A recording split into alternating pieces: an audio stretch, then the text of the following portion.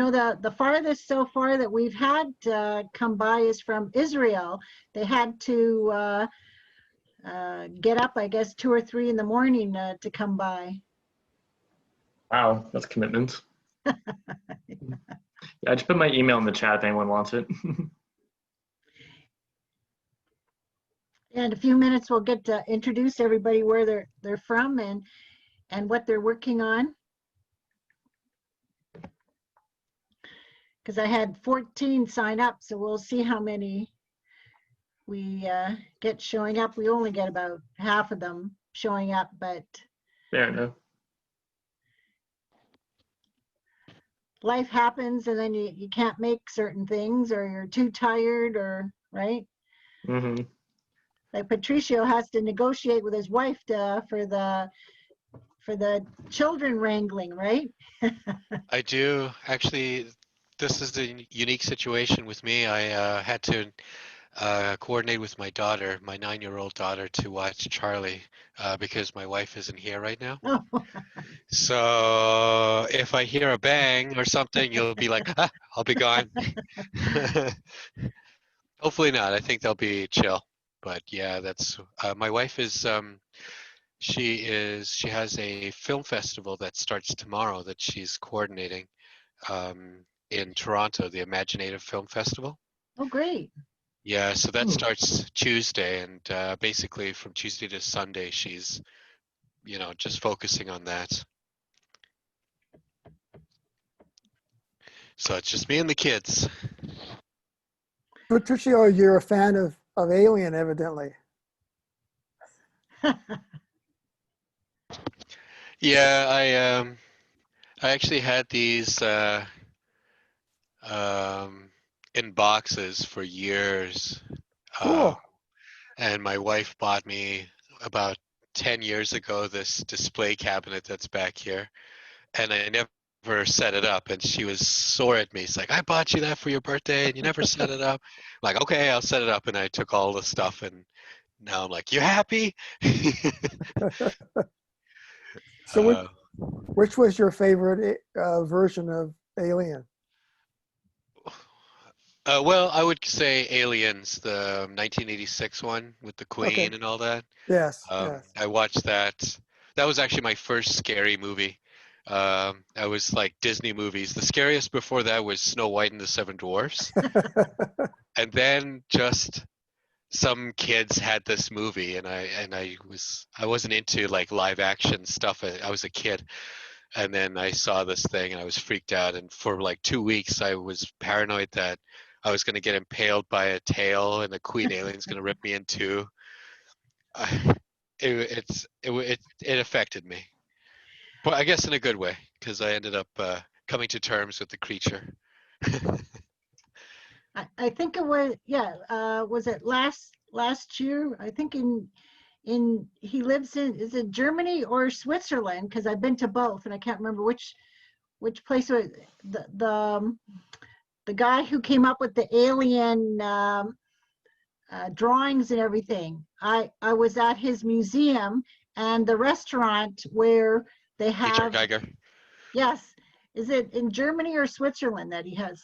I think Switzerland. Switzerland, yes. Yeah. And the restaurant was so creepy because all of the chairs and all kinds of things around the restaurant were all designed and decorated in the alien manner.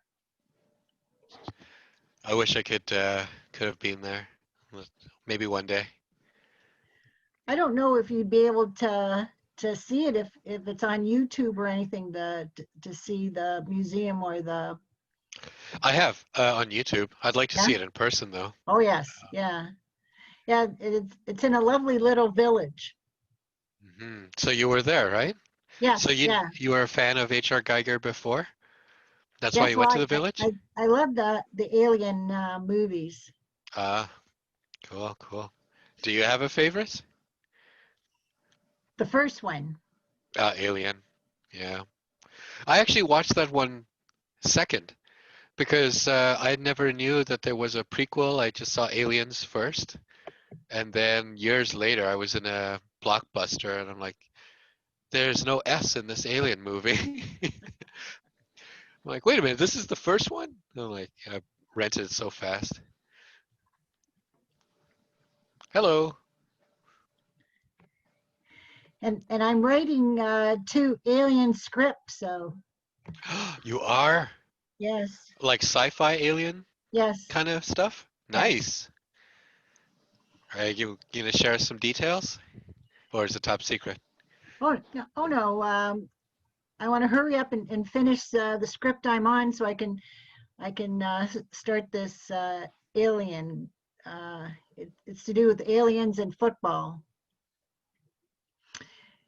Well, it's about 7:08, so I think we'll start. And if anybody comes in late, well, then we'll get them to introduce themselves. So, James, you came in first, so why don't you introduce yourself, where you're from, and what you do, and what you're working on?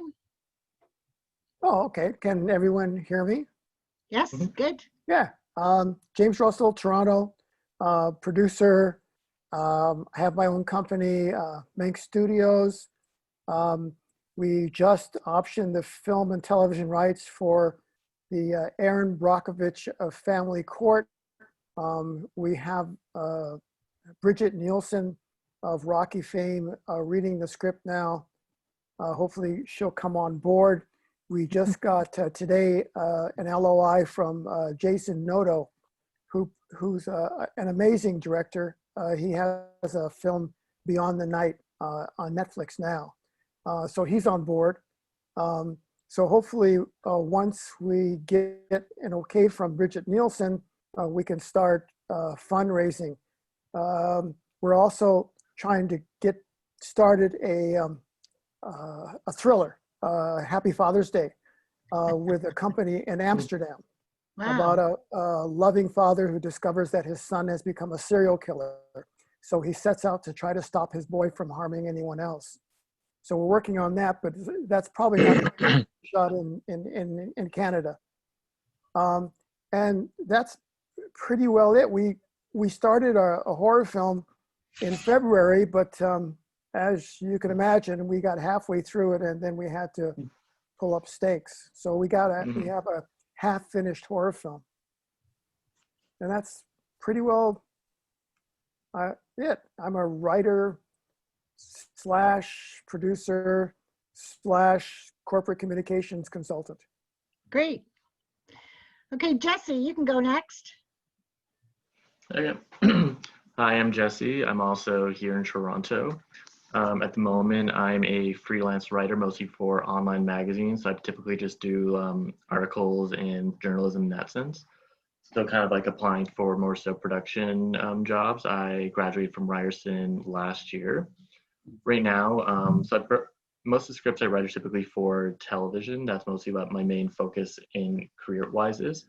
However, I do have one feature in process right now that I was mostly writing last year, took a bit of a break from, called Hard Guys, which is about a college student bartending in a male strip club throughout school and kind of learning about the culture while he's there.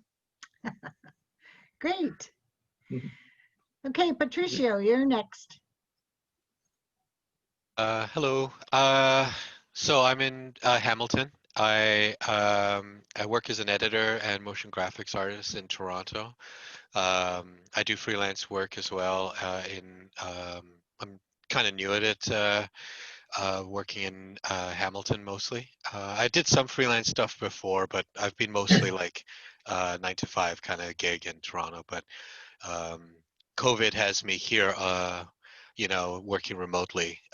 So I have an opportunity I have more time, so I'm doing some more freelance stuff here.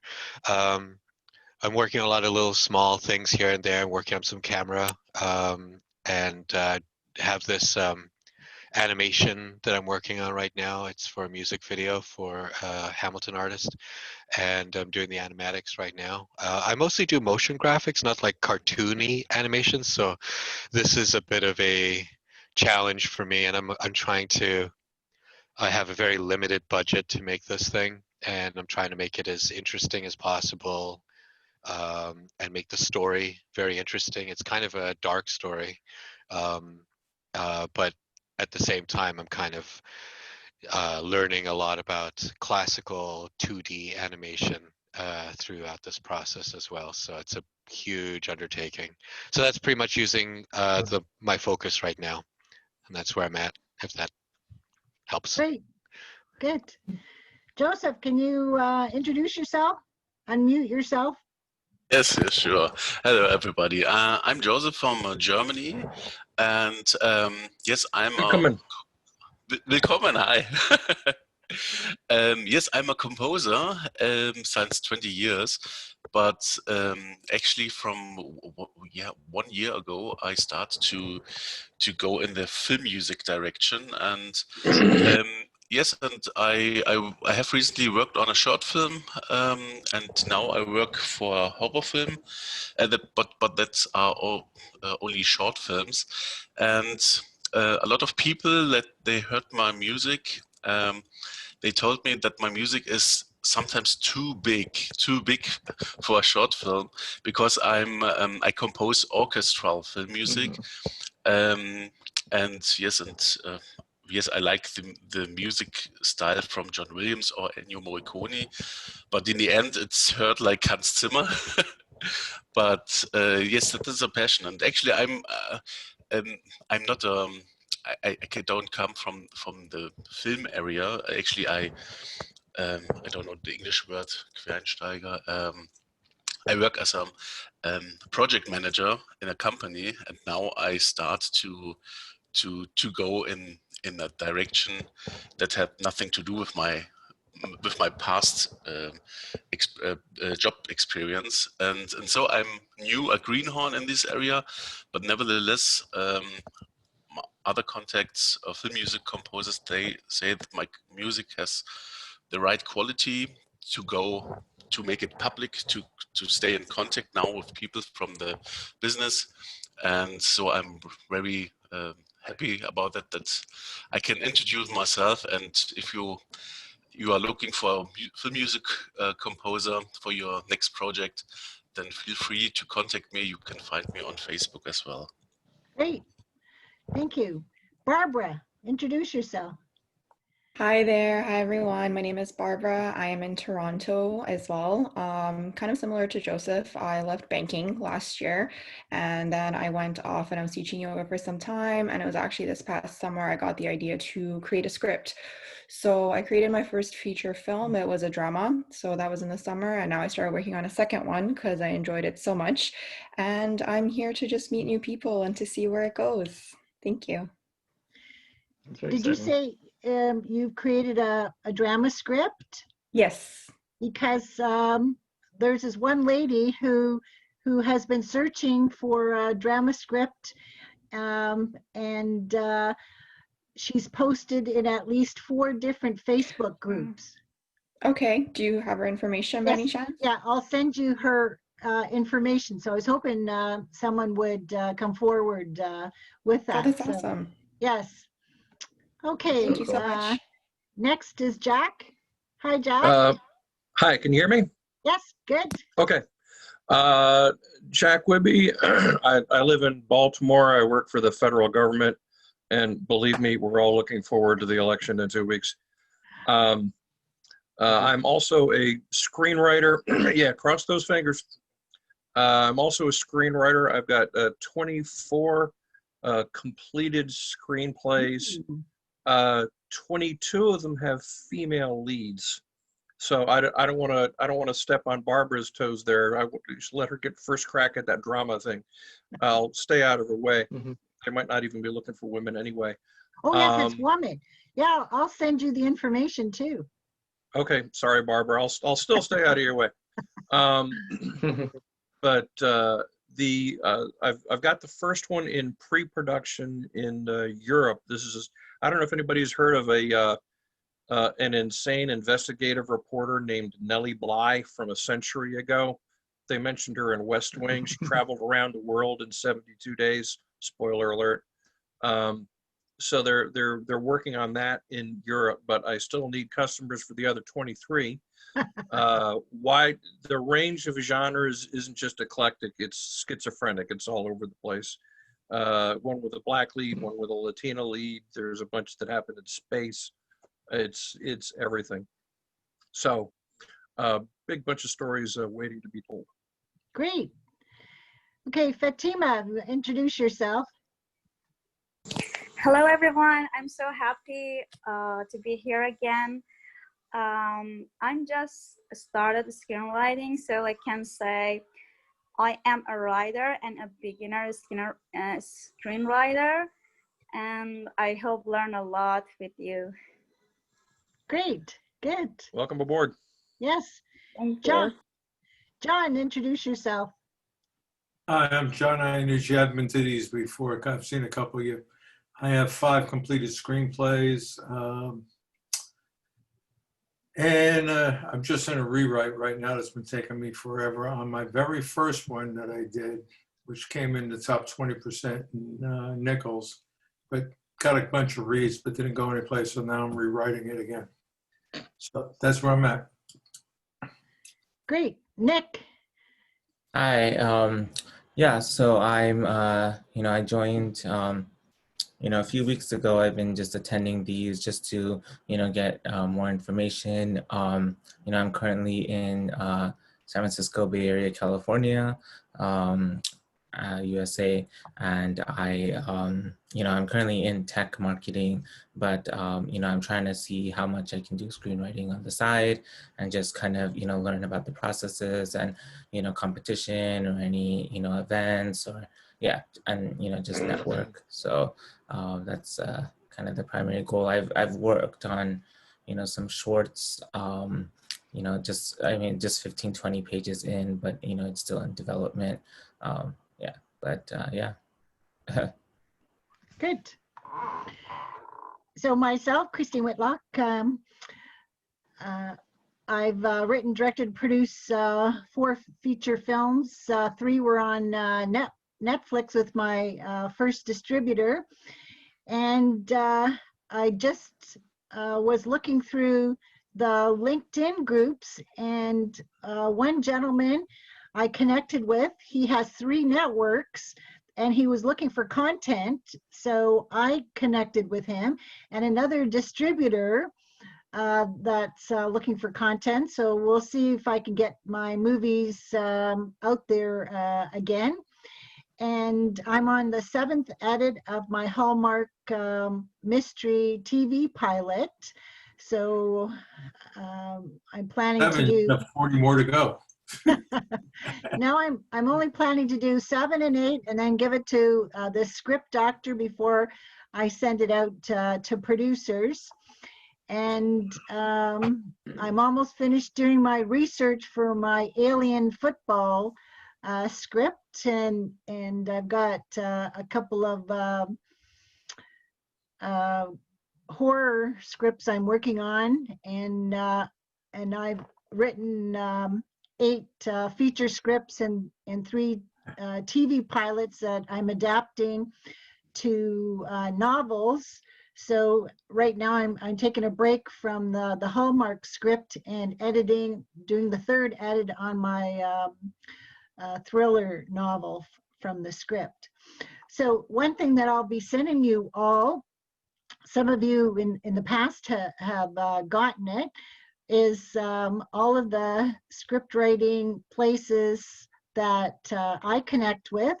And then I updated my Facebook document, all of the script writing and filmmaking places that you should go at least once a week to find out what people are doing, because people are asking for scripts. They're asking, like I said earlier to Barbara, one lady posted it in at least 4 different Facebook groups that she's looking for a female drama.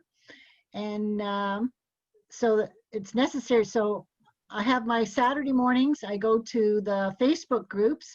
Now, Sunday, I go to the LinkedIn groups. So I made a list of all of the scriptwriting and filmmaking group. So I'll be sending you that tomorrow with the text from this Zoom meeting, and then you'll get the link, because this is being recorded so that you can go back and check things out. And the thing is, if you tell Thank me, you so much. and you should put it in Thank the you. chat, put what genres you are you have finished, because if I see something about your genre, then I will send you out a notice. Like, was it today, John? I sent you about that Western. Someone was looking for Western scripts. Unfortunately, mine isn't in the family category. Has too Oh, much. okay. Yeah, they want more like Little House on the Prairie. Oh, okay. And then we have Doug has joined us. So if you want to introduce yourself, Doug, and tell us what you're doing. You have to unmute yourself. Unmute yourself first. How's that? Good. Now we can hear you. Okay, my name is Doug Nelson. I'm out here in Oregon, and I'm a retired film producer and screenwriter. I'm also teaching film production and screenwriting. And I'm just always on the market to see what young folks are coming up with, if there's anything worth shooting out there. Hard to find.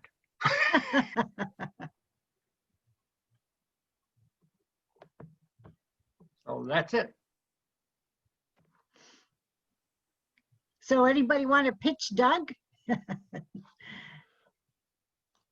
Yeah, the problem I have is, Right sorry? now, if you have a problem, I don't want to hear it. When you're pitching. problem? Yeah, when you're pitching. You either pitch your script stands on its own or it doesn't. There's no Right, yeah. explanation. The issue is which one to pitch. I got 24. It's really a matter of what you like and what you're looking for. And I can pitch any one of the 24. You know, what are you in the mood for? I mean, we can do this offline. Yeah, mostly I shoot character-driven shorts. Shorts. Don't have any of those, unfortunately. But I'm mostly in the feature realm. Yeah, I'm too small an operator to get into that. Well, definitely the sci-fi would be a bit too big. Yeah, I'm And- not into sci-fi that much either. And Inktip on their website, inktip.com, they have listed for free, anybody who has written any short scripts, you can list them for free. And Doug, you can check out what scripts are available there. I know, I've done that. I Have you? have listed some on there. Inktip has done well for me over the years. I haven't seen much out of them recently, but a couple of years ago they picked up Midsummer Night and a couple of other shorts that I did. So they've been pretty good. So, Mr. Doug, do you mean if we have a short script, can we reach you out to send you our script and you will, you know, give us feedback, or will you produce that? I'm not going to open that can right now. I mean, it's just one of those things. If I say, send me scripts, everybody in the country sends me scripts. And it just has to be a little, you know, I have to have a little more workmanship with you to know what kind of things you do, what kind of things you have. If you're somebody that I can work with or can't work with, you know, there's too many variables. And it's one of those things that really it's, your contacts are personal. That's really where you make contacts in this business. Is you get yourself on a set someplace, and it doesn't matter. You can be a PA, you can be a runner. I started out as a runner, 40 years ago. You know, it doesn't matter. Just get yourself on a set. Understand, get to know some of the people, some of the players. That's all.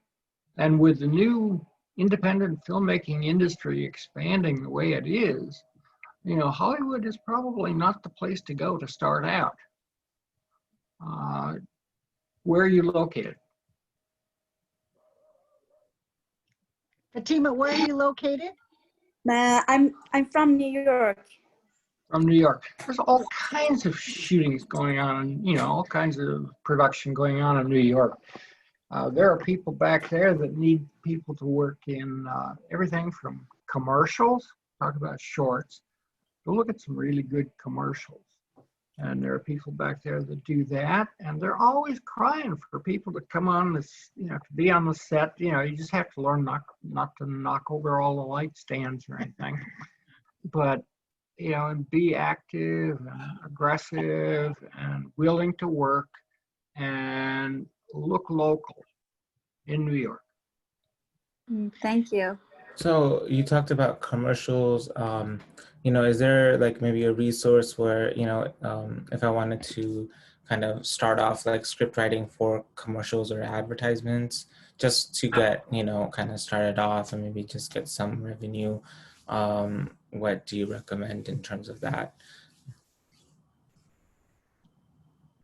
Have you ever done any screenwriting before? Have you written a commercial? I mean, no, I haven't. I mean, well, I'm in marketing advertisement, so I've worked on tech advertisements. Yeah, so I mean, in that way. But I mean, there are more like low budget types advertisements that went on social media and things like that. I wind up shooting a lot of B-roll for car commercials, mostly Okay. Toyota, Honda, and those people out here in the West Coast. But I'm sure that there's all kinds of stuff. If you're in the marketing industry, you know people who are looking for advertisement. Right. So sit down and write an ad for them. Sure. I had a student here a while back that wanted to get into that. And I said, well, all right, just go sit down and pick something and write an ad for it. He sat down and wrote an ad for Heinz ketchup. So do the same principles apply, like, you know, just the basic script format, like, you know, for your car commercials, do the same principles and same structure and format apply to creating scripts for advertisements in comparison to shorts, or is it different, like the formatting and things like that? Or Well, the formatting is pretty much basically the same. A 30-minute or a 30-second spot will be maybe 2 pages, maybe, if that. Stuff that I do, I shoot B-roll. I don't write the actual commercials for the car companies. But, you know, just plunge into it. Go Yeah, find I mean, somebody in the business and belly up to them at the bar and make friends. yeah. Yeah, I mean, Oh, Nick, you've muted yourself. Oh, I was saying I was in tech marketing, and I had part of my project was to create a advertisement for a product campaign. And I mean, since I was interested in film, I worked on the script, the production, and, you know, hiring the director and things like that. So yeah, I mean, it's something maybe I can kind of transition into. Yeah, go shoot your own. You know, Yeah. you get your hands on a decent DSLR camera, and just go shoot your own. Okay, great. You can Thank even you. go pretty far with a cell phone. High-end Yeah. cell phones can shoot up to 8K. You know, Okay. depends on the phone. Well, a And, cell phone can shoot up to 8K, but the thing is, you don't have control over the lenses, the depth yeah, of but this field. is You don't have anything else. So actually you do have some control. you Depends on the have camera. some if And you want he is to doing play this with as it. this is not As far as professional. actual, You know, I'm suggesting this so that as he far as doesn't actual production. have this as an obstacle, you know, so that he can, you know, Oh yeah, create it's his not an pitch, obstacle. right? Sure. Yeah. Yeah, Okay, we've had great. Lori join us. Lori, if you want to introduce yourself and tell us what you're working on. Sure. So my name is Lori Gabriel. Been a screenwriter for many years. Right now I'm working on my third feature screenplay, and I'm also finishing up a TV pilot with my co-writer. And where are you located? Portland, Oregon. Oh, not far from Doug. Not too far. Not too far. Yeah, I think you're also on stage 32, right? Doug? Yes, ma'am. Yeah. Oh, somebody else coming in.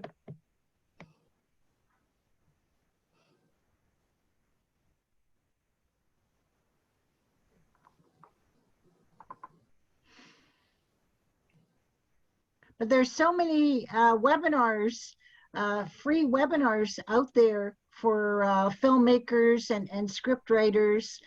You know, you could be watching all day long. It's unbelievable from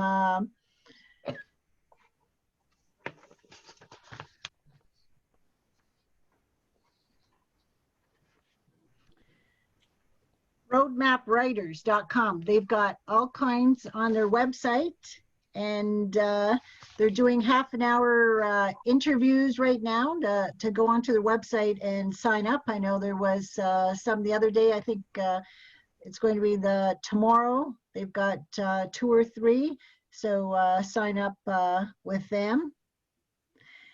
And for those who are looking for markets, just check out the newsletters for inktip.com and screenwritingstaffing.com. And like I said, it's imperative that you connect with people on Facebook and LinkedIn in those groups, because people are saying that they're looking for script and television series. Because I've seen that. So, and like I said, content.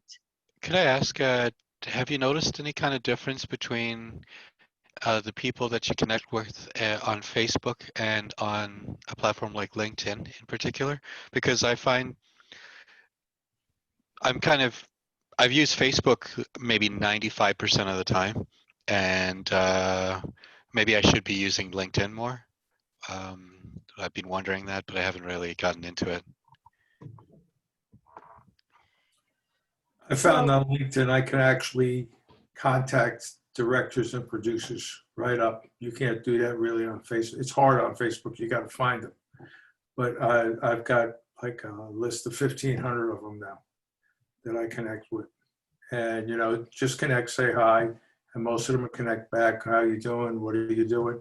And after a while, then you can send a script, you know, not a script. I send them a query letter, I should say. And I've gotten some feedback from there. I actually made a good relationship with one guy who does Westerns. And he said, I'll read your Western. And I thought he was like, okay. He didn't get through it till about 6 months later.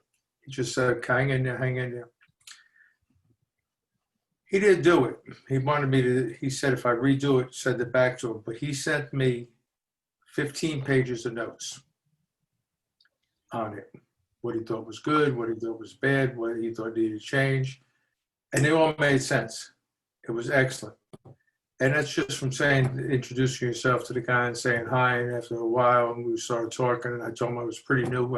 I think I met him 4 years ago. I really already had 2 scripts at the time. I had the one I'm rewriting now and Brother's Keeper, which is the Western. And he liked it, but he said it needed these changes for him to do it. He said some people would do it without those changes. It's good enough that some people would do it without those changes, but for him to do it. So I'm going to work on that next. But you make a lot of good connections there. Some of them don't answer you. 1 or 2 will come back with a wise answer. Like, oh, you're just one of those script writers who want to send me a script. Yeah, I am, but, you know, I also want to make contacts and stuff. I mean, you got to, you know, I took a writing course one time, and the guy said his best friend sold a script. He used to carry a copy with him. He lived in LA. He walked down the street, saw a guy sitting outside at a little bistro drinking coffee. He knew was a producer, walked up and said, would you read my script? That's all he said. The guy said, you definitely got whatever. And he said, give it to me, I'll read it. And he optioned it. So he's, you know, he could have been rejected right in his face. The guy could have, you know, cursed him out or something like that. But you got to take chances, you know. You have to definitely. What did you learn from that? Take chances. And what you're doing is making personal connections. Yeah, I agree with you, Doug. I agree 100%. I mean, it's hard with all of them to really have personal connections. Some of them just say, if you have something that I might be interested, come on back, but you're not making a real personal connection. But there are some I have. One guy blew me off. He said, contact me in August, right? This was back in February. In August, end of August, he sent me one. I said, I thought I told you to contact me. I had only been on maybe once or twice with him, back and forth. So you do make some connections on it. So I find that's better than screenwriting. I find is on Facebook, the groups, I find is more, and don't get me wrong, I'm still consider myself a beginner. I've been doing it for like 7 years now, I think. But you find more very novice people writing and asking very novice people questions, and you're not going to get the right answers that way most of the time. You do that. I mean, I felt like Thanks, I felt like I'm in also in a few screenwriting groups on Facebook. I mean, there's a number of them, and I mean, I get a little overwhelmed with a lot of the messages. I'm like, how, because I mean, time is also, I don't want to spend so much time in these groups where I'm not, gaining that much. So, but I do, the people post about the competitions and any events or anything. So I'll quickly glance at that and, kind of note that down. So that's been useful for me. But yeah, but I mean, in terms of one of the questions I had was, I mean, for example, if somebody does post about a competition, like somebody just posted about the Las Vegas International Film and Screenwriting Festival 2020, and they gave the information, how do I go about it? Like, if I do want to, kind of, do want to enter a competition, like, I mean, what are your recommendations on that? Like, which competitions to focus on, like how to prioritize, and I guess, there's a lot of them. So yeah, I guess I'm a little overwhelmed by just so much, There really are only about half a dozen festivals that are even worthwhile. And that, the G Nickel and the Austin, the South by Southwest, the Toronto, Rain Dance, the rest of them, forget about it. They're just nothing but ways to suck some money out of your wallet, period. The people who are reading your scripts know less about reading a script than you do. Okay. And you're just starting out. Right. So keep that in mind. Now the number of festivals that are screenwriting festivals that are worth entering or contests, I'd say you could count them on one hand. Okay. Is there a way to, I mean, maybe like just write down the top 6 just so I can kind of follow them? Like, I'm sure they have a social media. Well, if you go online, page. you'll find them. I mean, obviously Okay. the G Nickel is kind of the top of the line. South by Southwest is pretty good. TIFF is good. Sundance is good. Spelled TATH? No, TIFF. TIFF. Toronto Toronto International International. Yeah. What you want to do is look at the festivals that are contributors to Oscars. And you will find that there's only a few of them that the Academy will recognize. And they'll tell you right in there which ones they are. If you research it, you'll find out. And there's about 5 or 6 of them, half dozen of them that are worthwhile. Okay. Yeah, that's a good advice, because I'm always kind of, should I just, I mean, as you said, there are just random festivals that, are very, maybe not as recognized, and I don't want to just waste my time going into these. Some of the city ones are good if you're going to write a script for that city, because they're specific for that city. For example, Philadelphia has one. I think the finals are in November. I wrote a script specifically set, it was a crime drama specifically set in Philadelphia. So and do you have to be a resident of Philadelphia to enter? Okay. It's just... They have another award if you actually live in the inner city. I don't live in the inner city, but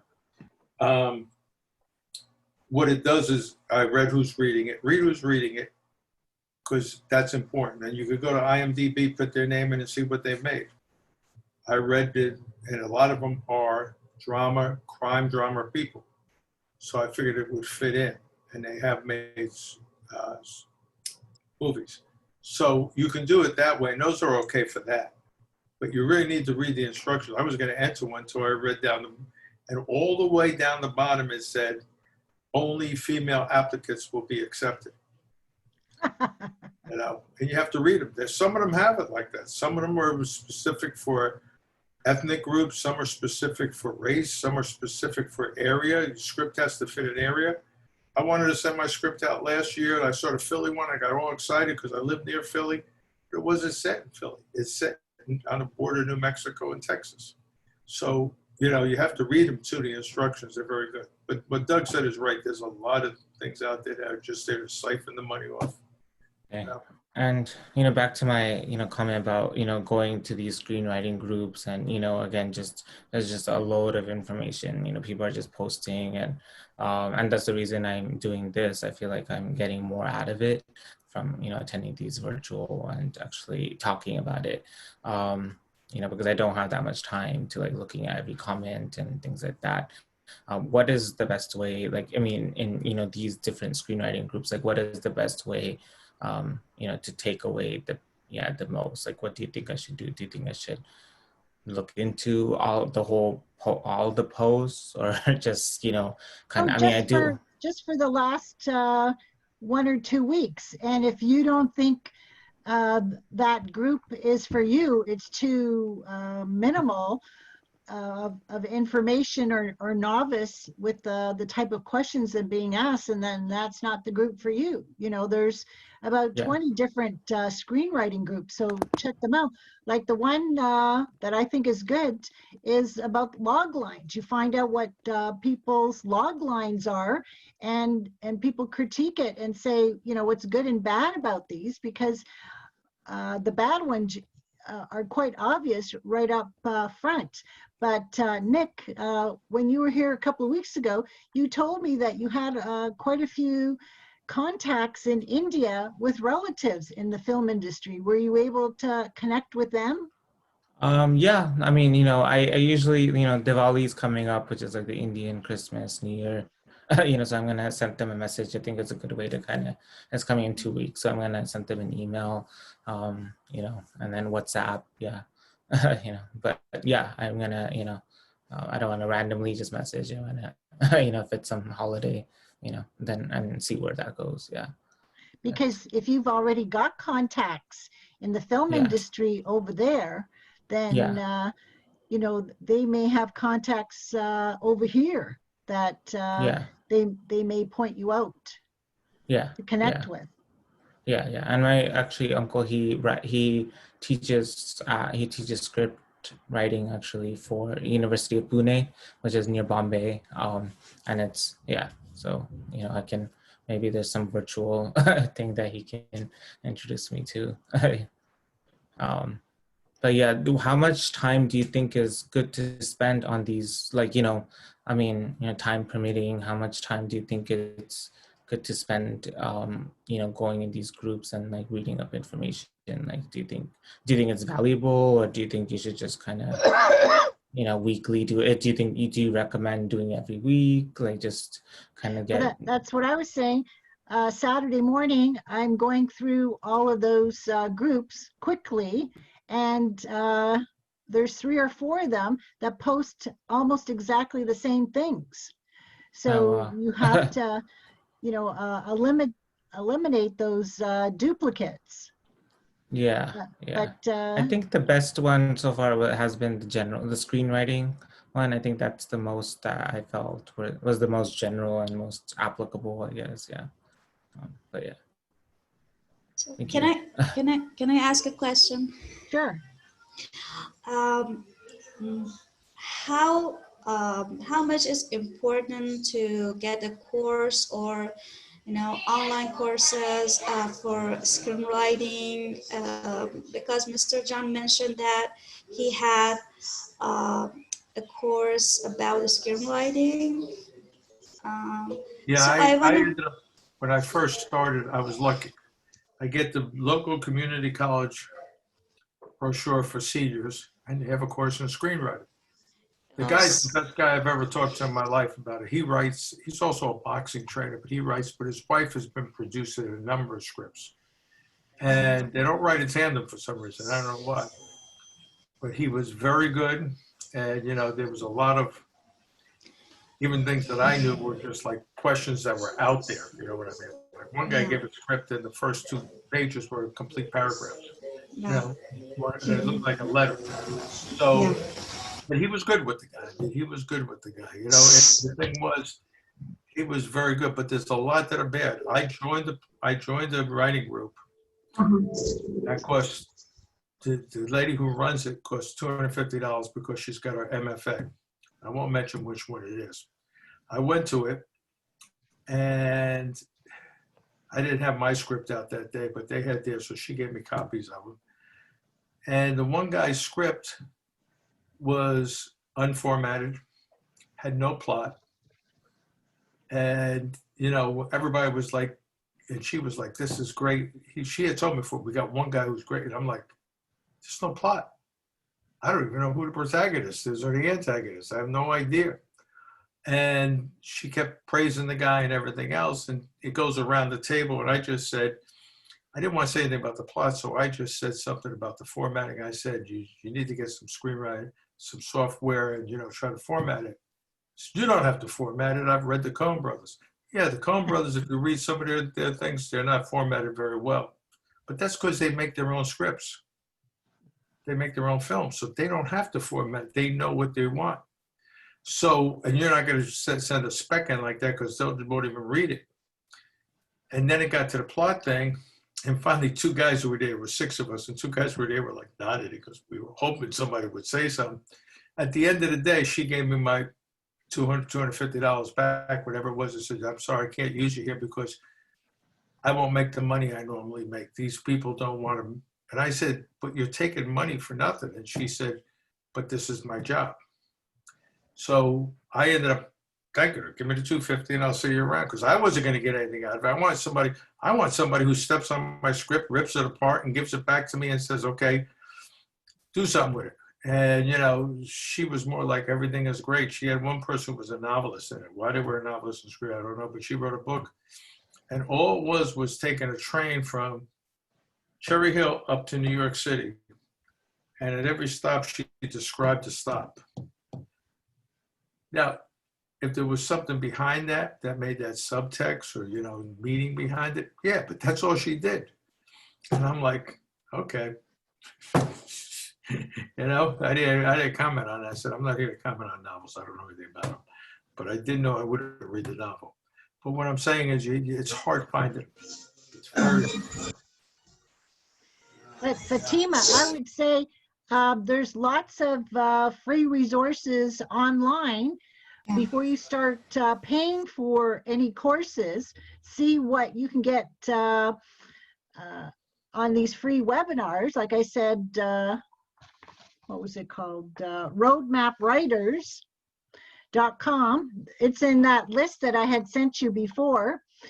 And also go to your public library and get all the books that they have on screenwriting, because they would have all of the good ones on screenwriting. So read all of those.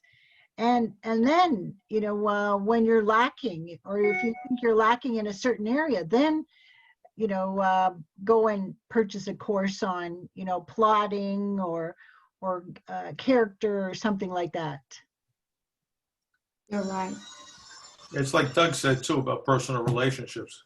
If you do what Christine said and then you go on, you got a problem. If you have a personal relationship with somebody who knows what they're doing, you can ask that person and you end up getting back information that you can trust.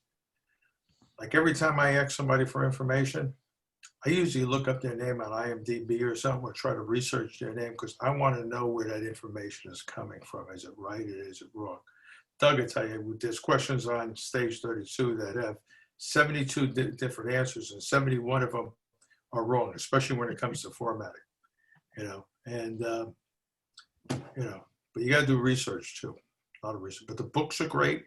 And I just got, when I was eating dinner, you can just Google screenwriting on YouTube. Just look up screenwriting on YouTube, and you find there's a master class going on right now. They're going through the 101 greatest scripts by WGA, and they go through each one. They take writers like 15 greatest strengths. Like they just did Weidler's the Apartment from 1960, that won for best movie, best actor, and best script, and that was rated #1. I'm sorry, no, that wasn't rated #1. That was in the top 10. Casablanca was rated #1. I saw their one on that too, and they're excellent because they talk about what the writer's strength was and what he brought in there, and how they used it, and they're excellent. Is it a YouTube channel, you said? It's just on YouTube. Just Google screenwriting. Just go to YouTube and search screenwriting.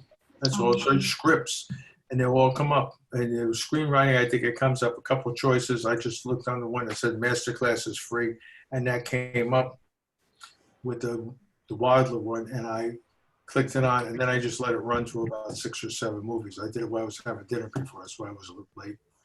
Yeah. So. One thing I'll warn you about, though, is if you go online, Simply Scripts or half a dozen other places, and you download scripts to read, those are production scripts. They're not spec scripts. And the reason for that is that the writers will not release, the companies will not release spec scripts until they are accepted and they own them. That way they're protected. So what you're getting, what you're downloading off the internet are spec scripts or are production scripts. And you need to learn the difference between production script and a spec script. Okay, thank you. Some I had a some of them are just transcribed off the movie, and they rewrite it and say this is the script, and it's not done very well. Okay. Yeah, I had a question. So, I think the biggest challenge I'm having, due to the pandemic and things like that is, besides just screenwriting, there's so many other things I have to do, like I babysit my nephew, I go to the gym, I'm also working, and, there's so many things. I am just having, I'm sure a lot of people, I'm sure like Fatima, who's starting off just like me, and, if she has a family, things like that, it's hard to kind of structure your day in terms of when I could do screenwriting. But I guess my question was, what's the, how I should prioritize? You guys gave a lot of suggestions on, reading a lot of scripts, writing, looking into Facebook groups, reading books, YouTube channels, taking a supplemental course. What is the best way to, if I'm a novice writer, if I've kind of wrote 2 short films, but I don't know if I got the complete format and structure. How do you think I should prioritize? I thought that I had more time during the pandemic, but actually other things add up, because I'm babysitting my nephew and niece, and because they don't have daycare right now. I'm in the Bay Area. I have a question for you. So, yeah. What is your chosen career? Well, I am currently in marketing and stuff, web marketing.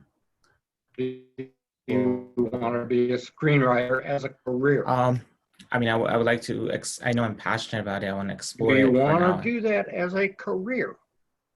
Yeah, eventually, if I can make it. No, not eventually. Yeah. Eventually means you start now.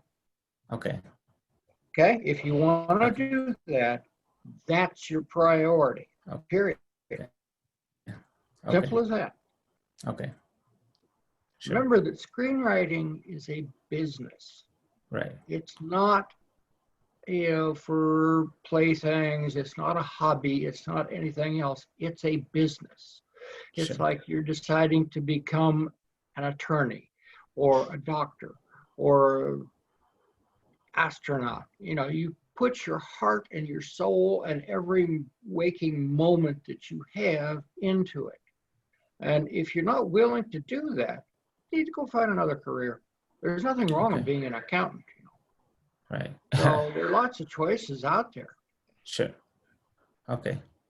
Nick, can I say something to you? Because I have two kids. One of them is on school, online school, and you know, with the home stuff, I really have no time. But Yeah, I'm kind of in the same position. but you know what I do? I get up early in the morning, like 5 a.m. and Okay. my kids wake like 7:30. I have 2.5 hours at least a day, and usually I sleep at night like by 12. And when my kids go to sleep, like by 9:30, I have another 2 hours, and I study the books. I study screenplays. You know, I watch movies, and you know, because I have no choice. You know, and this is my choice to get up early and you know go to sleep late. Yeah. I will Yeah, I mean, say that almost all screenwriters are part-timers who are also doing something else. What I would suggest is look for the things that are giving you bang for the buck with your time. I would suggest writing rather than watching videos, because if you decide you're just going to watch movies and watch videos, you could lose weeks and months doing that. Look for the things that are making you better writers. If you're doing a particular thing and it's making your writing better, if it's making you learn formatting or story flow or things like that, then just hang on to that stuff like grim death. Okay. And manage your time.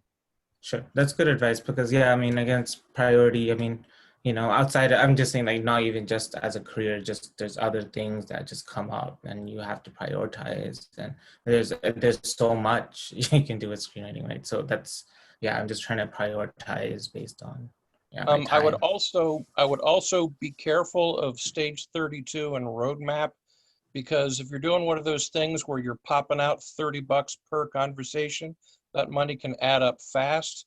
And I went down that path with stage 32, and they said, oh yeah, there are two people who want to move forward with your scripts. You know, you should come out to California and talk to these people. Turns out one of them, who purported to work for a company, actually worked for stage 32, and the other one didn't work for the agency that they said that they worked for. So I'd be careful with stage 32 and roadmap with anything involving money. You can get other stuff from stage 32, like there's information and connections and things like that. Just don't pull out your credit card unless you're sure what you're doing. Well, you know, stage 32 is a business. Yeah. And they run it as a business. So they have to have income. There's no question about that.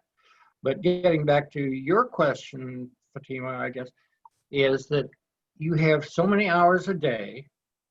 You can dedicate a couple of those hours. Looks like you do that in the morning. And you set yourself a goal. You face something that's, you know, you can verify. Something you can say, well, okay, every day I'm going to turn out 2 pages of your script. Now, some days you will, some days you won't, but make that as a goal. And then you have something to measure yourself against. All right, that's good advice. Yeah, I think that's a reasonable for me, 1 to 2 pages a day. Thanks. Thank you. Just to piggyback on that, something I learned that really helps is if you have a designated space where you're going to write, and you say 5, 4, 3, 2, 1, and then you just start writing. So there's no procrastination. Maybe think, I mean, oh, go ahead. Sorry, I didn't mean to sort of piggybacking on that as well. I think focusing on the craft of screenwriting right now seems like, and then, you know, time management so that you can focus on the screenwriting aspect is probably what I would, if I were in your position, be working on, focusing on, as opposed to the networking. The networking is good because you're getting all of this information from everybody, which is helpful. But I feel like you need to maybe find that time to work on the screenwriting right now, so that you can have these things ready to go and you can have questions lined up. So when you make contacts, you have questions that you want answered, rather than prematurely making connections before you get to that point. And then you've got these people that are interested, but you don't have anything to show. You know what I mean? Okay, so you guys would think the best thing to do is just go ahead and write, 1 or 2 Yeah. pages a day. And just, Not only that, but I know it sounds kind of stupid and obvious, but you want to read scripts and really learn the craft of formatting, like the Jedi Knight of formatting, because when a producer or whatever gets a hold of your script, they'll read the first 10 pages. If the first 10 pages are boring, you won't get to page 11. But if your formatting is all over the place, it's going to get thrown in the trash even faster, because it shows that you don't know what you're doing. It sounds stupid, but it's like a gatekeeper kind of a thing. Yeah, I think also a lot of people don't pay attention to the actual grammar. I think people, yeah, I mean, the formatting, the story and everything, but I think the younger generation, because I mean, I mentioned this before a few weeks ago where, people are so used to using, message DMing on Instagram and Facebook, that they're using that type of language. And most of the people who are producers there, they come from a strong writing They're my background. age. So you have to kind of adjust to that, what they want. And I mean, it's a challenge, I think. I mean, I'm kind of in the middle, I'm 33, but I mean, I can imagine somebody who's 20 and trying to write so that I'm sure that can be a continuing challenge, and I don't know how things are going to change when the generation, when people in their 30s are going to become, when they become 50s and they're gonna evaluate, I don't know, so yeah, just because the verbiage is kind of evolving, so. Yeah, the language does keep changing, but at the end of the day, we're still putting subjects in front of predicates. It doesn't change that much. Right. Yeah. Okay. So just the best thing to do is just follow follow just the old keep traditional. writing. Yeah. You have to write a lot of bad stuff before you get to the good stuff. Okay. Trust me. I've done a lot of reading for several agents and a couple of studios. And I will tell you what Jack is saying is that if a brand new script comes in, makes it to my desk, which is rare because it's usually gone through a couple of interns that are marked it passed and everything else. But I will not even read the script. I will just thumb through the script. And if there's too much black space with too big typo blocks and stuff like that, and if there's obviously formatting issues and stuff like that, I'll probably stagger through the first page. I may go through the first scene, but if you haven't gotten my attention by then, my feeling is, how the hell are you going to get the audience's attention? As a producer, I don't want to make that script. I don't want to make that movie. If I can't get somebody's attention, if I can't hold that reader, I don't want to make that. And you'll find the same thing in television. If you write for television, I've been a staff writer in television. The idea, your goal as a staff writer in television is to hold the audience and deliver them to the advertiser. That's your objective. And when the advertisement is over, then you start over again. You got to hold them till the next advertisement. That's where you are worth your money. Otherwise, you're not worth your money. They don't need you. So we have to keep that in mind. Great. Hold your audience. And they want to be able to come back because of the interest, the cliffhanger or the question at the end of that segment before the commercial. Every reader wants to know what comes next. Yeah, every TV show you've got, generally you got 4 acts, all 4 acts except the last one. It ends on some goofy little cliffhanger, even if it's just, somebody trying to get down to the street, to the bathroom or whatever. Cliffhangers are part of the rhythm of television. But to piggyback on what you were saying before, big blocks of text and like the action descriptions are usually bad because you're kind of doing the director's job, you know, setting up a little bit more than you should be doing as a screenwriter.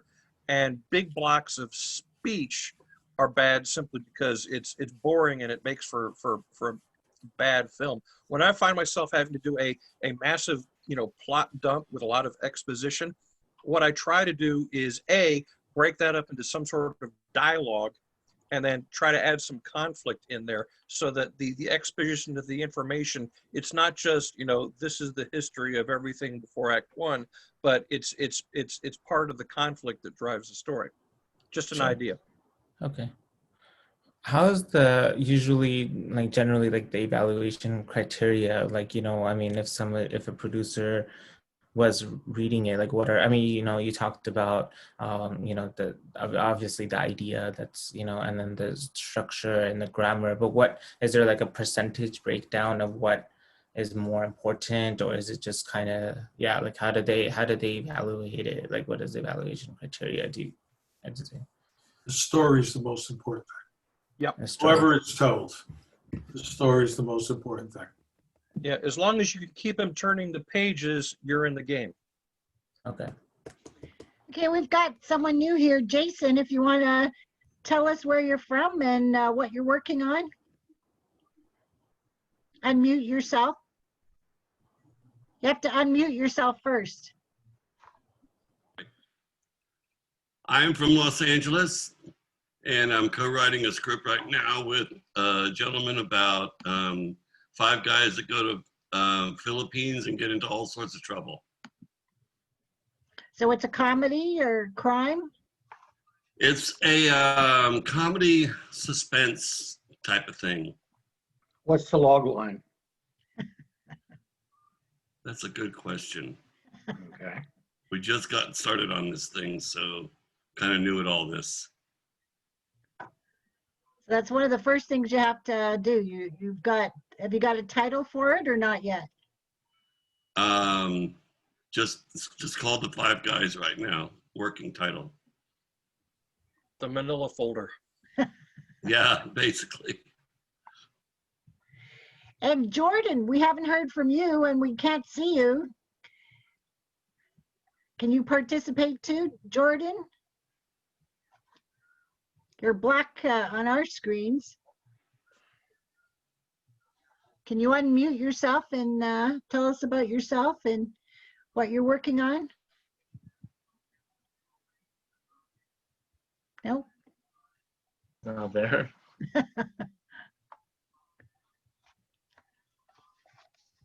This is something that I run into quite commonly when we're teaching. I'm teaching screenwriting. During the COVID issue here, we decided we would go ahead and open a class for an introductory screenwriting class, very beginning, simple as can be.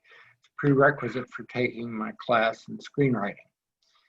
And we allowed the minimum number of students in because we had to have the spacing. So we had 5 students. All 5 of them were probably in the high school range. I swear to God, 2 of them didn't even have a pulse.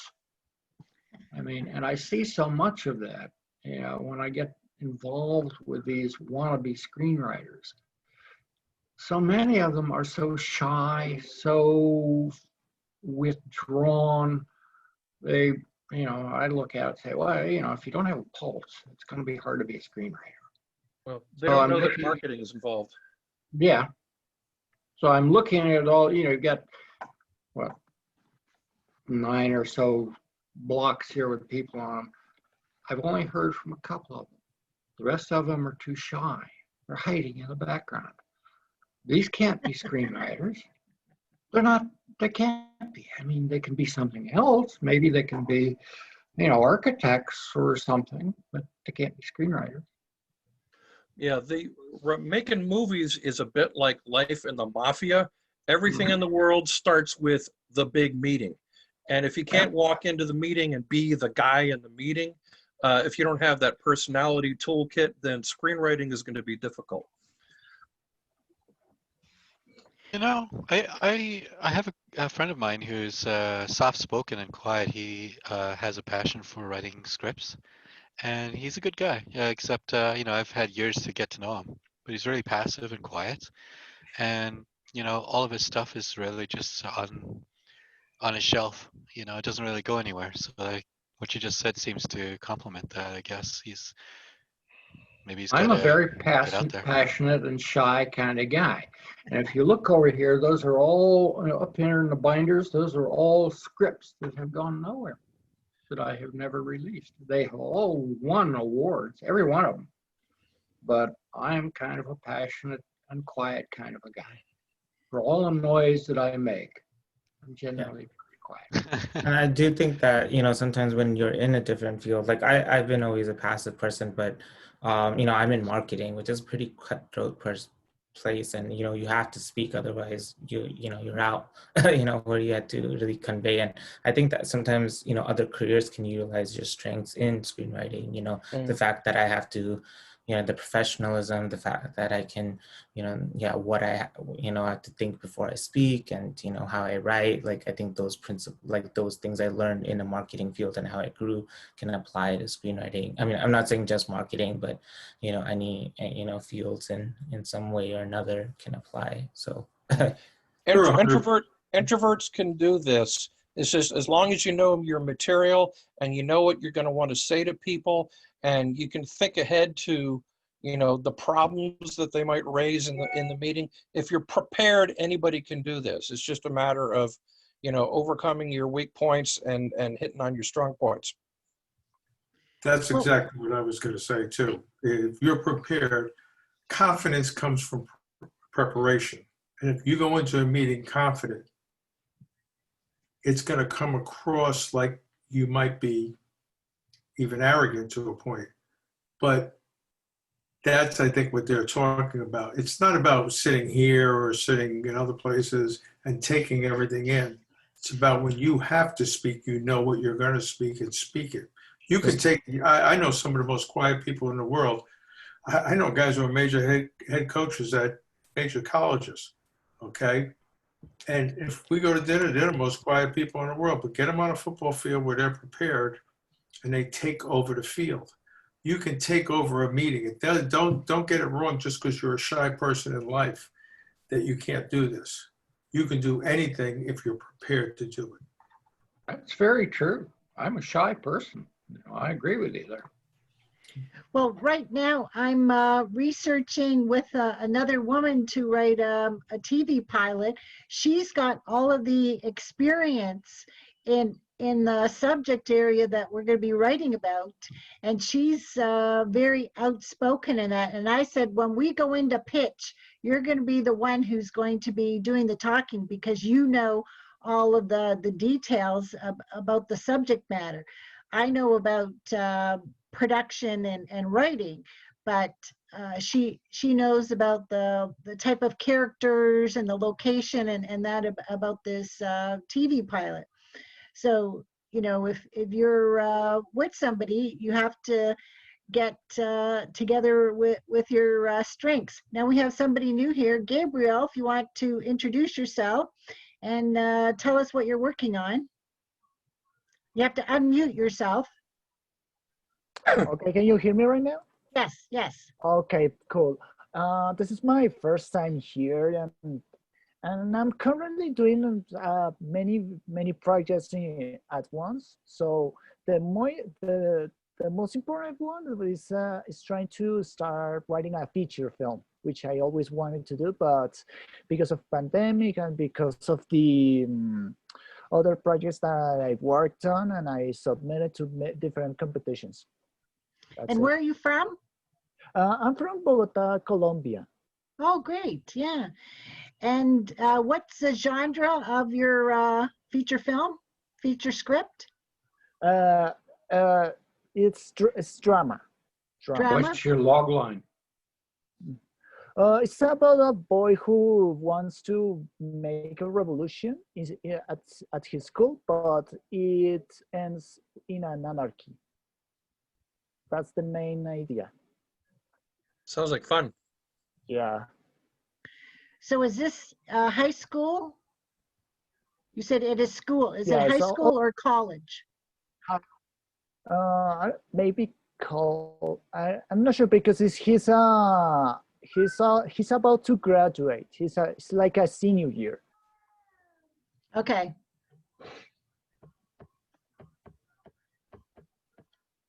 I think the Yeah, Chris. student, sorry, go ahead. Oh, I was just going to ask a quick question.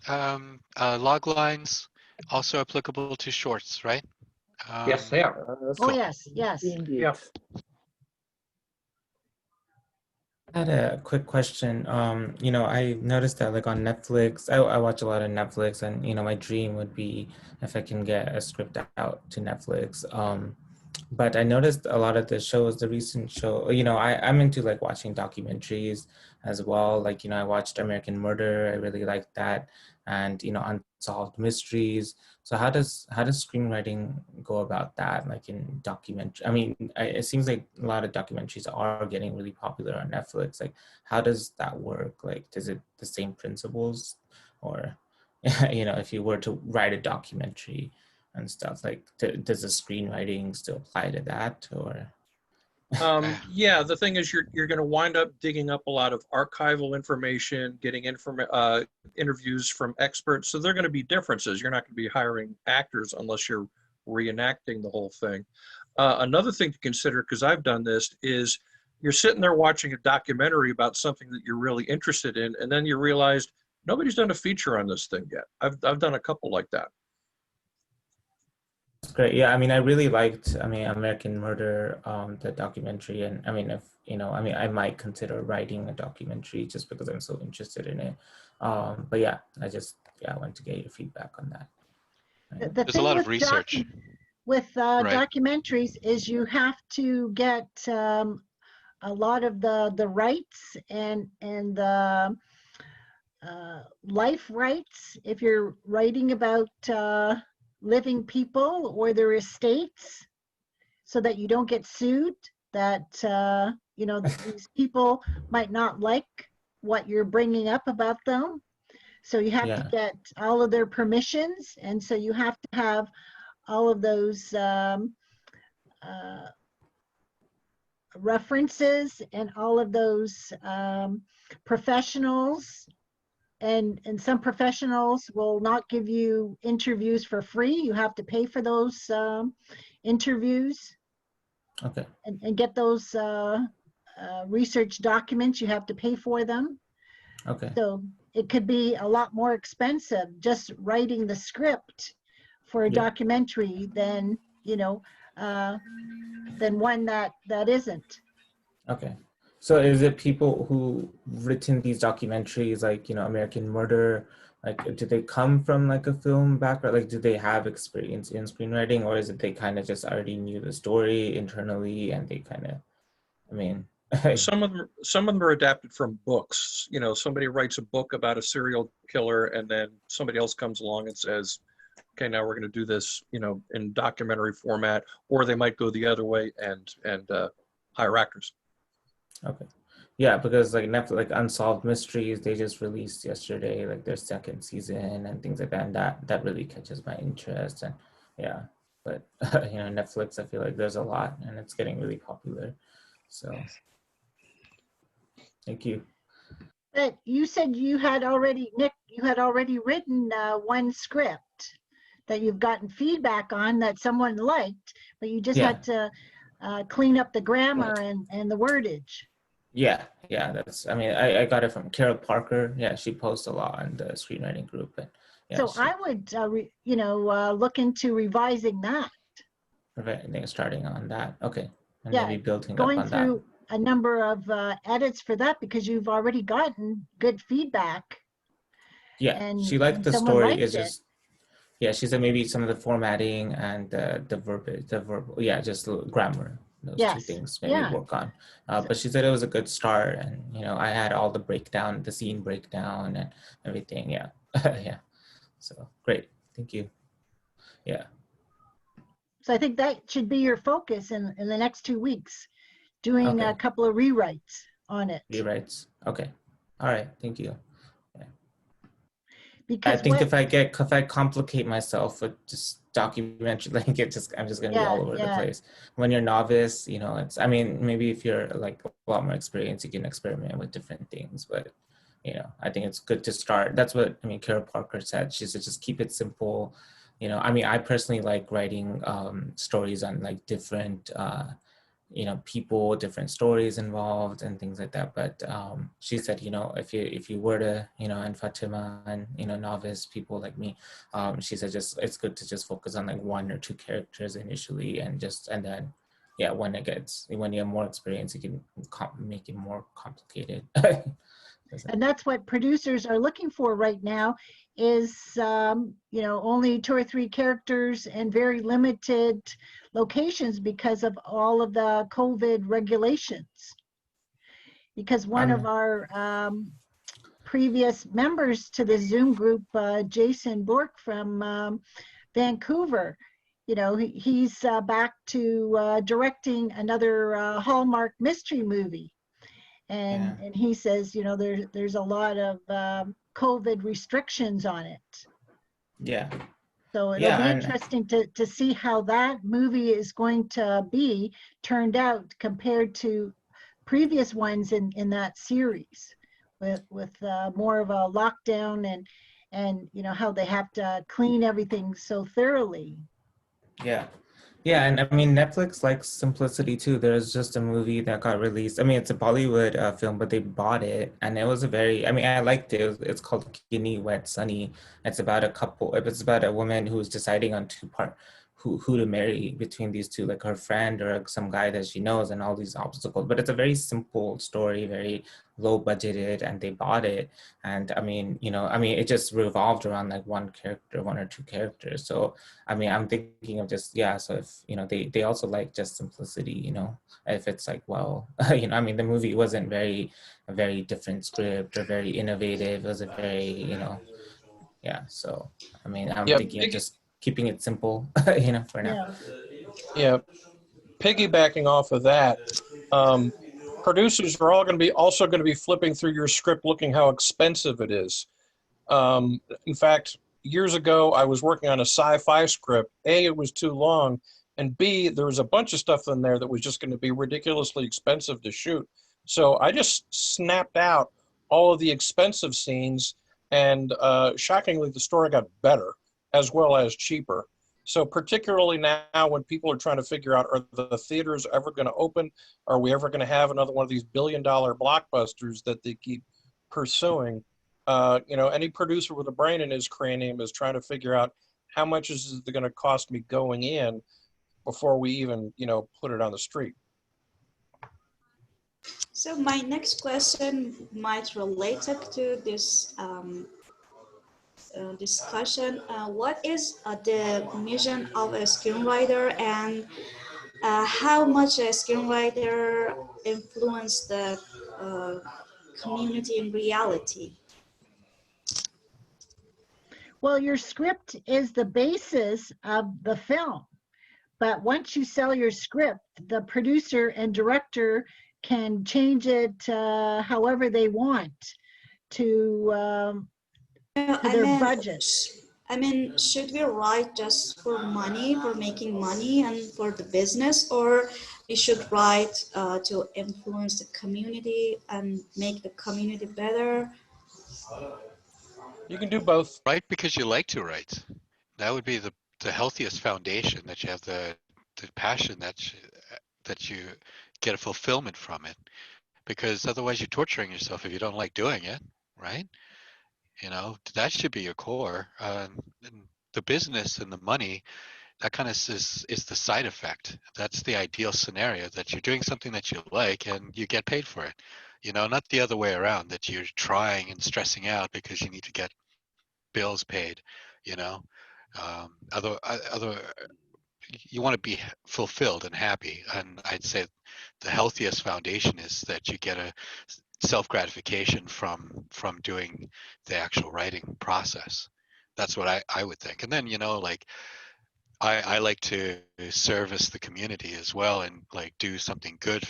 But that's something that drives me as well. And if that drives you, then great. You know, then you're killing two birds with one stone, right? Yeah. Of my scripts, 22 of my 24 have female leads. That's definitely not the way to make money in Hollywood. But those are just the stories I write because I want to write them. Well, this goes back to what I was saying. I was going to say, are any of them suitable for Hallmark movies? Not one of them requires nudity or sex.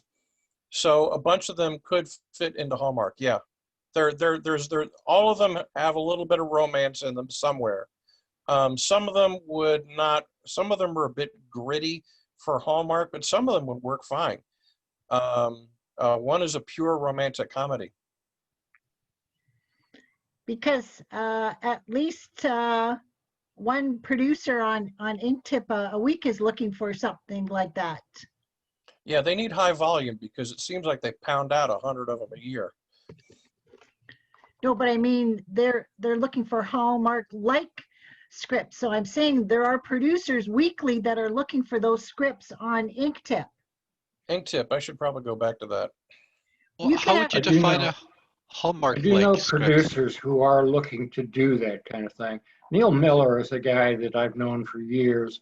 I started out with him back in, I think, Chicago, when I first met, was it Sandy Bullock or one of them?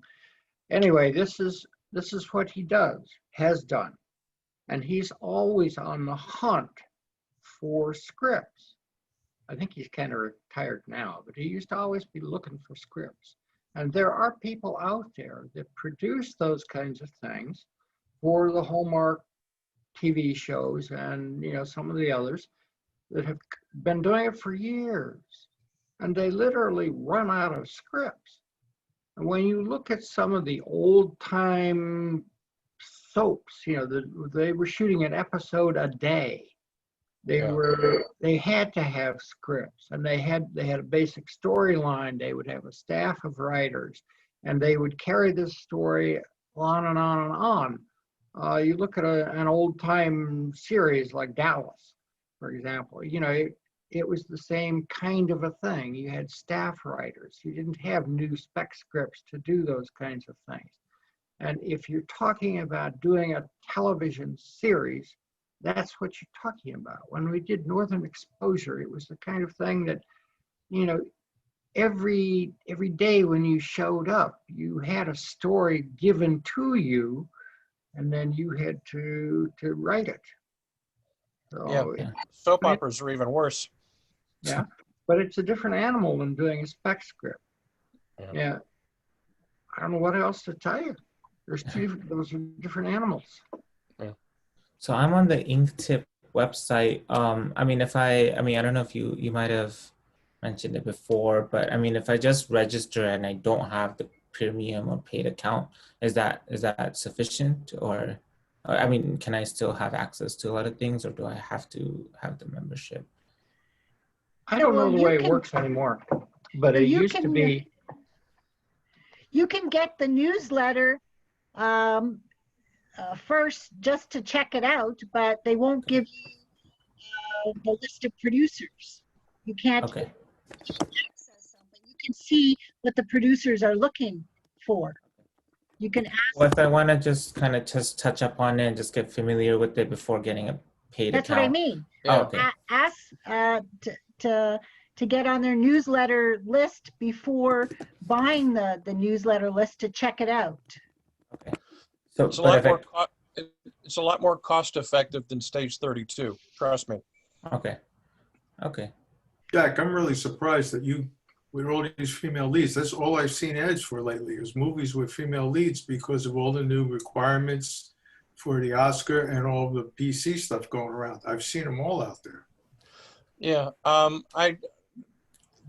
this last year in 2018, I completed 12 screenplays that had gotten like 90% there, and then I got away from marketing. I need to get back to the marketing and check the environment because what I think I know about the environment is probably outdated by now.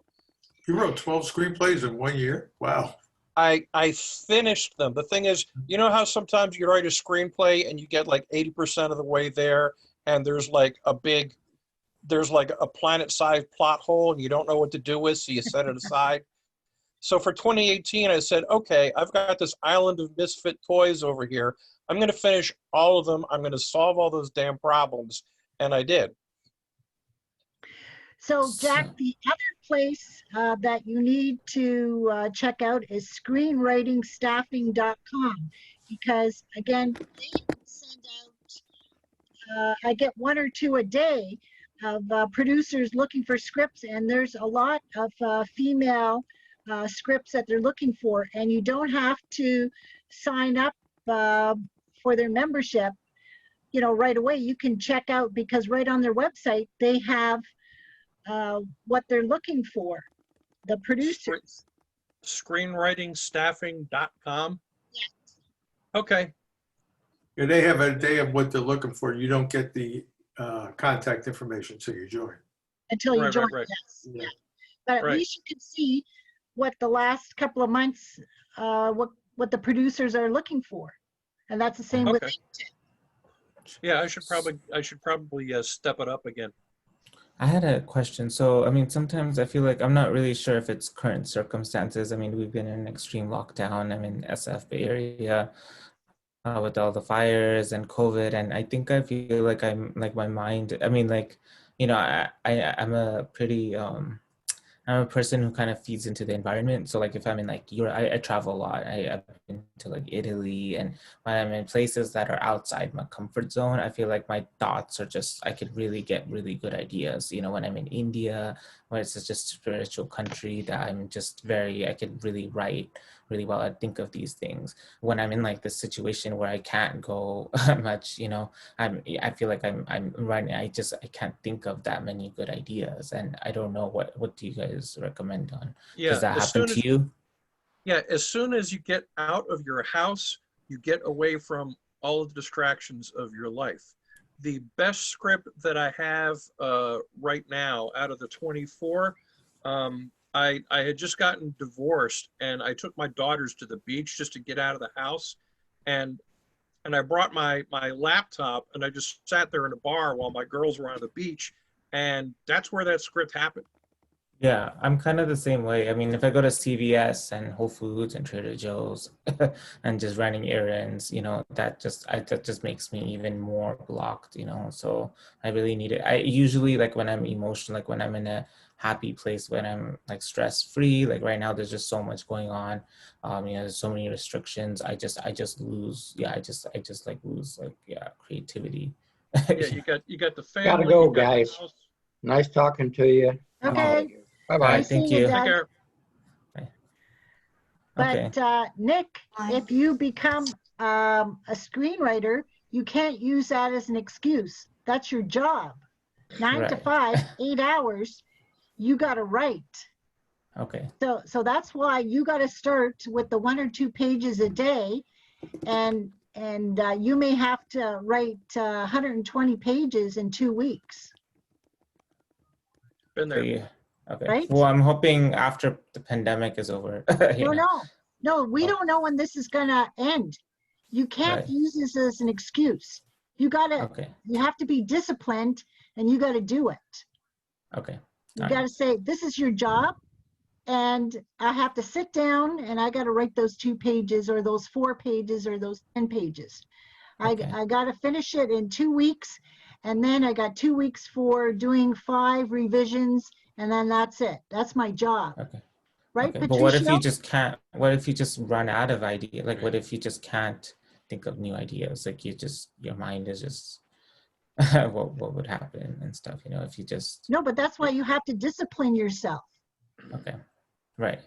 It does get easier. The second 12 scripts just fell out of my keyboard compared to the first, because you learn formatting, you learn how to string stories together.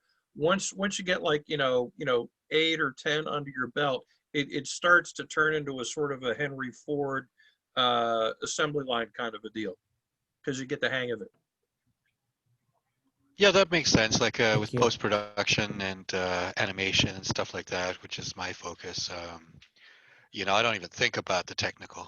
It's I just create what I need to create, and I don't concern myself with you know, what if this is a, you know, a hindrance or a stone wall or a block. It doesn't happen because I'm so used to it, and I'm so familiar with all the shortcuts and how to use these applications that I can just make it happen. And I assume the same thing is with writing. Once you've got all that kind of formatting and the foundation sort of ironed out, you don't even think about that stuff anymore. You just create. Yeah, music is the same thing. You have to write 100 bad songs to write a good one. And for mental blocks, if you have a mental block, you get out of your seat and you wash the dishes, or you vacuum, or you do some gardening, or you walk around the block, and you just kind of, and I find if I go for a little nap and I put the problem in my head before my nap, I come up with the idea after the nap, or I do something physical. It's because you've walked away from it, and you're letting your mind do something else. Then the problem comes out. I thought Hemingway had the best idea for writer's block. He said, you never end a day of writing null of ideas. You always end with ideas you still could have written. So the next day when you wake up, you start with those ideas and they will guide you through the day, rather than starting totally blank and just sitting there going, huh? And I thought it was the best. I always do that. That's pretty cool. That's pretty cool. Yeah. I can't do that with animation though, because that's a different beast. I have to reach some sort of, you know, milestone so I can be at peace and have a good night's sleep. But that's a different beast. But I like what you said. That's pretty cool. Yeah. I didn't think say they anything. also. He's a pretty good guy to listen to. Yeah. I think they also recommended. Oh, I was saying they also Oh, go ahead. Go ahead. I was just saying, just short, but they also recommended when I took the workshop. She said, you know, to dedicate one time of the day, and if you're consistent, that helps. Like, you know, for example, you know, if you know, like if you're good in, like if Fatima said she's in the morning, like 5 a.m., 6 a.m., let's just stick to that, like be consistent with it, and I think that can help. You know, sometimes some people do right after lunch because, you know, it's kind of, yeah. So yeah. I think yeah. That's what I do. It works. I can't do the morning. I wish. I've told myself, like, I'm doing it. I'm waking up early. I've even set my alarm, but I hate snooze. I'm good at the evening after the kids are asleep. Then I'm like a night owl, and I can dedicate that time. Oh, But yeah. the morning, even though I tell myself I'm going to do it, I never do it. So props to you, Fatima, for being able to do I that. don't even know if 6 o'clock exists anymore. So in the morning. I was early bird since I was a child, you know. That's good. That's good. Right. Especially with kids. Yeah, that can be a lot. One other thing you can do, if you're just, you know, bumbling around on Netflix, just looking at what other storytellers are doing, not necessarily to borrow other people's ideas, but even if you're watching something bad, sometimes you'll watch something that's like total junk and you'll say to yourself, okay, this is what they should have done instead. And that'll get the wheels turning in your head for something else completely different. Yeah, it's inspiring. Netflix has a lot of bad stuff. Yes. And I actually like a lot of bad stuff because it's inspiring, and you know, there are diamonds in the rough a lot of the time. Yeah. And it's cool. Like I enjoy it. I'm a horror buff, so horror is, it's tough to find something that's really good. But Yeah, I'm watching the what is it called? The new show, The Haunting. It just got released on Netflix 2 weeks ago. Yeah. And just to remind everybody that next Monday, the 26th, is our Zoom meeting for horror writers and filmmakers. And I'm telling everybody to dress up for Halloween. So hopefully we'll have a ghouls-some evening. Yes, that's great. Oh, sorry, go ahead. Go ahead. I was saying, will the Halloween after, I mean, will the horrors meet up? Will that be continuing even after Halloween, or was it just Oh, because of? oh no, we have it once a month. Oh, okay, so The it'll fourth be, Monday of the month. okay. I wasn't sure if it's just prior to Halloween or not. Yeah. No, I It's just the started that in costumes. March. Okay. All right. Great. Yeah, I was in one of them. I actually met you in one of them, didn't I? You were in there, right? Like about a month ago, Nick? Oh, yeah. I was there. Yeah, I meant to go. Yeah. Yeah. Anyway, Uh, yeah, I'll try. I don't have a costume. I'll figure it out. No, it just has to be from the neck up, right? Mid chest up. You can put a hat on, yes. There you go, dude. You're Sunglasses. As long as it's not a MAGA hat. Is this the same group that works with Chuck Slavin and all those folks, or is this a different group? I guess just judging from the look on your face, because I got invited to apparently 2 groups at the same time. No, they're doing a reading of one of my scripts tomorrow, but this is a different group. No. Nope. I see a lot of mutes.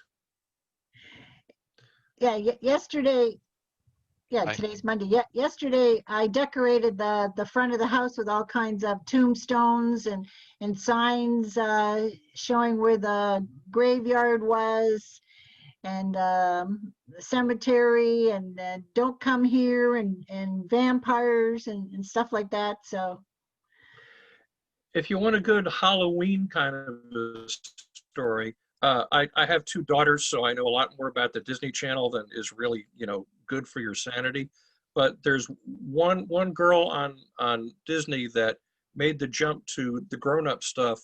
Her name is Sierra McCormick, and she did this bizarre little sci-fi horror movie called The Vast of Night.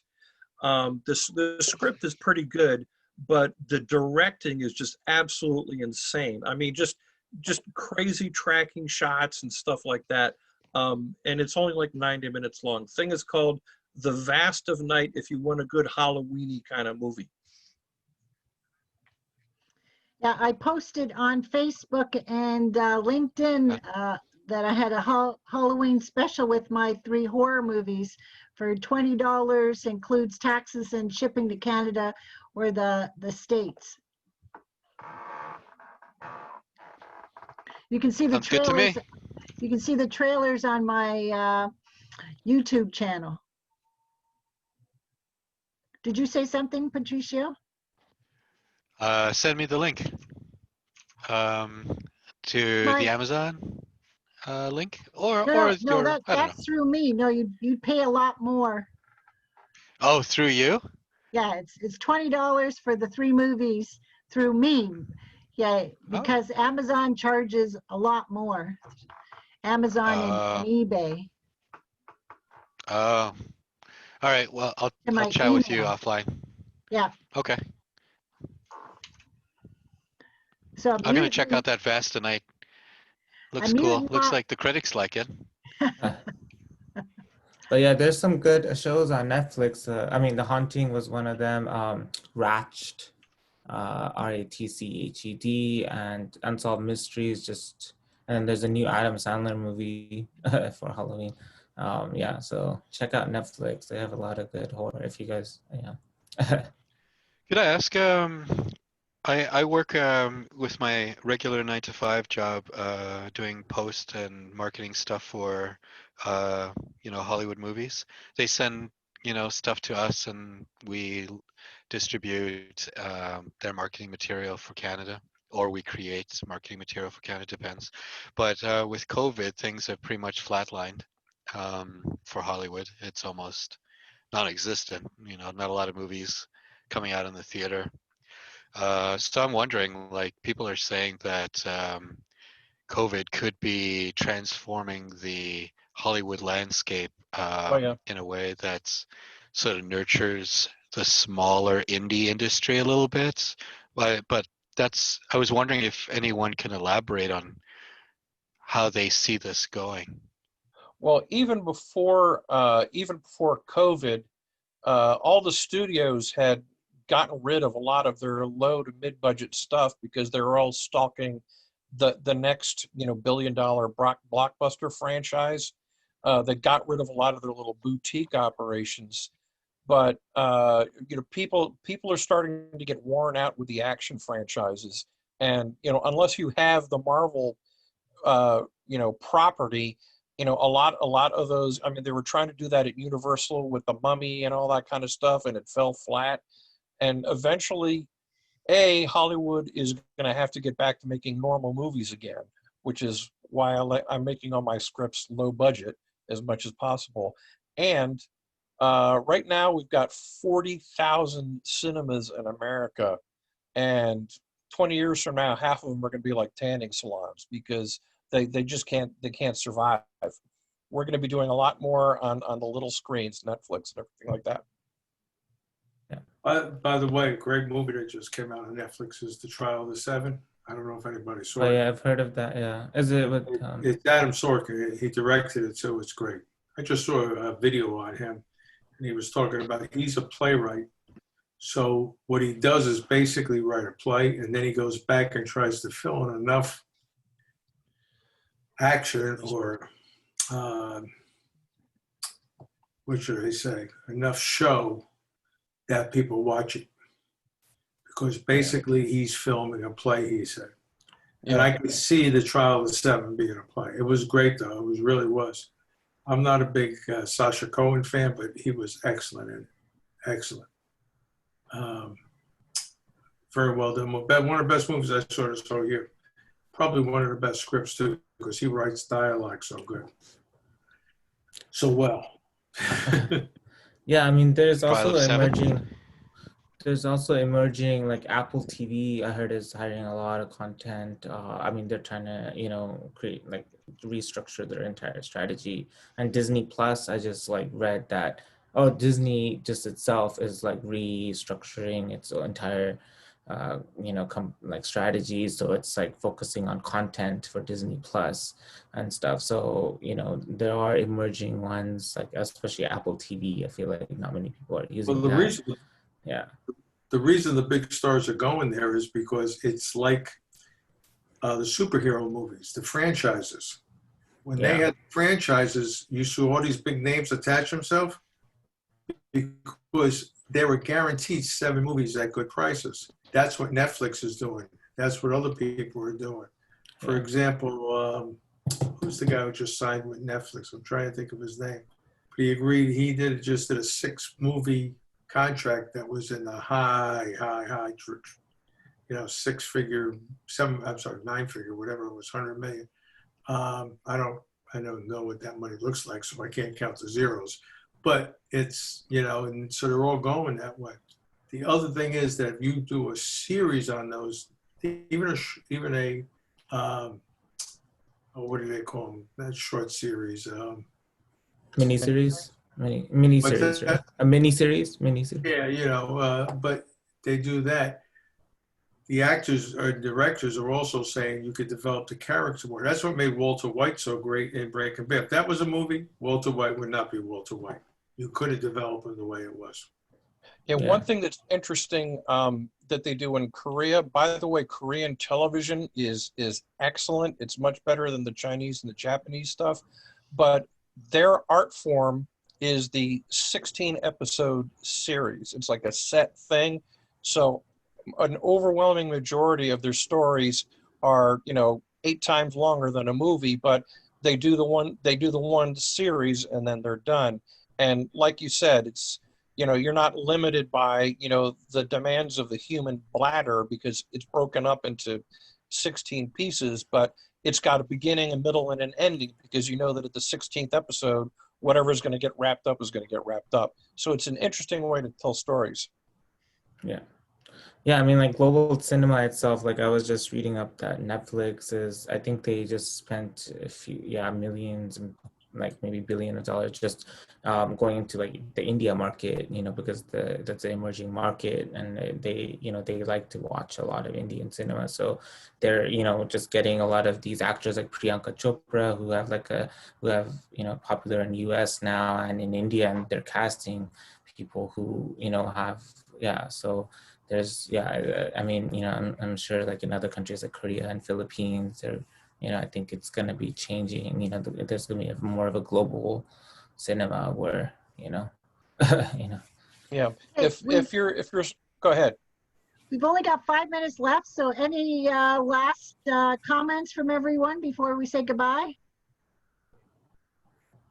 One thing that was said before was people talked about watching bad stuff. When I used to coach, I used to bring my assistants to all the clinics, and sometimes there wasn't a good speaker, and I used to make them go to a bad speaker, and they said, "Why are you sending me here? You know he's bad."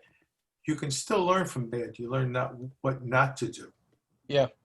And that's, you know, you're still learning. That's a big thing. Or you learn why your stuff is good or why it is bad, because maybe it fits in with the same category. It's a morale boost too. Oh, it definitely is. It wasn't coaching, I'll tell you that. The Rotten Tomatoes. How many Rotten Tomatoes the film got? I don't even go by that because who knows what they're looking at half the time. Compared to Oscars. Yeah. Who knows what they're looking at. They're going to have an Oscars show this year. I don't know how they're going to do it. They only have like 10 movies to pick from, you know, the whole thing. Yeah. That's the bad thing. Very unique time. Well, this is the year you have a shot. Anybody has a shot. all the people who did shorts, right? All of the shorts and international people. So anyone who wants to join me next Monday, who hasn't gotten the invite for our Halloween party, let me know, and I'll invite you. And otherwise, this Zoom meeting, the next one will be November the 2nd, and I'll send you the invite to everybody. So it was nice seeing everybody. Keep writing and keep marketing yourself, and then let us know how many pages you've done since we've seen you last. Like Nick, we want some pages revisions done on that script. You've got your job already worked on. It's called Rahul Weds Isabella. So, and John said he's got some editing to do on his Western script, right? You said you're going to work on that too. Yeah. Okay. Yeah, I'll give you an update in 2 weeks. Yes. Good. Yes. And then I'm interested in the Halloween one as well. Okay. So yeah, you're on my list okay. To be sent. So, okay. Bye, everybody. Have Bye. a good evening and a good 2 weeks until we see you again. Okay. Yeah. Bye for Thank now. you.